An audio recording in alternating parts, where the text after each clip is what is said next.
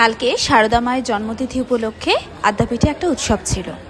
আমার মায়েদের হরিনাম সংকীর্তনের গ্রুপ থেকে এই উৎসবটা করা হয় এবং ওখানে শারদা মায়ের পুজো করা হয়। তো মা বাড়ি থেকে সমস্ত ঠাকুরের বাসনপত্র নিয়ে সকালেই চলে গেছে, আর বেলায় দিদা আমি শম্পা গেছি। কিন্তু মাঝখানে অনেক ভিডিওই মিসিং, কারণ সেগুলো আমার ফোন থেকে অটোমেটিক্যালি ডিলিট হয়ে গেছে, তাই আমি সমস্ত কিছুর রেকর্ড দিতে পারিনি। ডাইরেক্ট চলে এসেছিলাম ভোগ খেতে, তখন বাজে ওই দুপুর 1:30 নাগাদ। তো এখানে কি কি সেই স্পেশাল ভোগে খাওয়ানো হয়েছিল আজকে আমি তোমাদের সাথে সেটা শেয়ার করব। এখানে বহু লোকজন একসাথে বসে খায়, কিন্তু জেনারেলি যে টিকিটে আদ্যাপীঠে খাওয়ানো হয় সেই ভোগে আমরা খাইনি, যেটা স্পেশালভাবে রান্না করা হয়েছিল উৎসব উপলক্ষে ভিতরে, মানে কিছু আলাদা মানুষদের জন্য, সেইখানেই আমরা খেয়েছিলাম।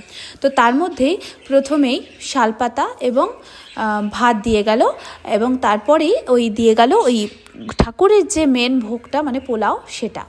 তো ওটাই দিতে দিতে সঙ্গে চলে এলো এই ভেজ ডাল আর বেগুনি। আমার কিন্তু বহুদিন পর এইরকম আদ্যা মায়ের ভোগ খেতে খুব ভালো লাগছে। আমি তো একটার ওপর আর একটা বেগুনি চেয়ে নিলাম, কারণ আমার এই ডাল বেগুনি খেতে না ভীষণ ভালো লাগে। তারপরে এসে গেছিলো একটা মিক্স ভেজ তরকারি, মানে সব রকম সবজি দেয়া। তবে একটা জিনিস, ঠাকুরের প্রসাদের স্বাদ একটু আলাদাই হয়, তাই না? এরপরে আমাদের দিয়েছিল ফুলকপির আলু দিয়ে, ঠিক রোস্ট নয়, কিন্তু তরকারিটা খেতে ঠিক রোস্টের মতো, এত অপূর্ব করেছিল।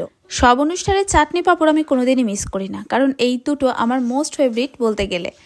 আর যেটা সব থেকে বড় মিস করি সেটা হচ্ছে আদ্যাপীঠের পায়েস, যেটা আমি ছোট থেকে খেয়েই প্রায় বড় হয়েছি। ছুটে ছুটে চলে যেতাম আর নিয়ে পালিয়ে আসতাম। আর শেষ পাতে ছিল মিষ্টি। এই দিয়ে আজকে ব্লগটা শেষ করছি। ভিডিওটা যদি ভালো লেগে থাকে তাহলে একটু ভালোবাসা দিও, আর যেগুলো আমি ডিলিট করে ফেলেছি তার জন্য ক্ষমা প্রার্থী।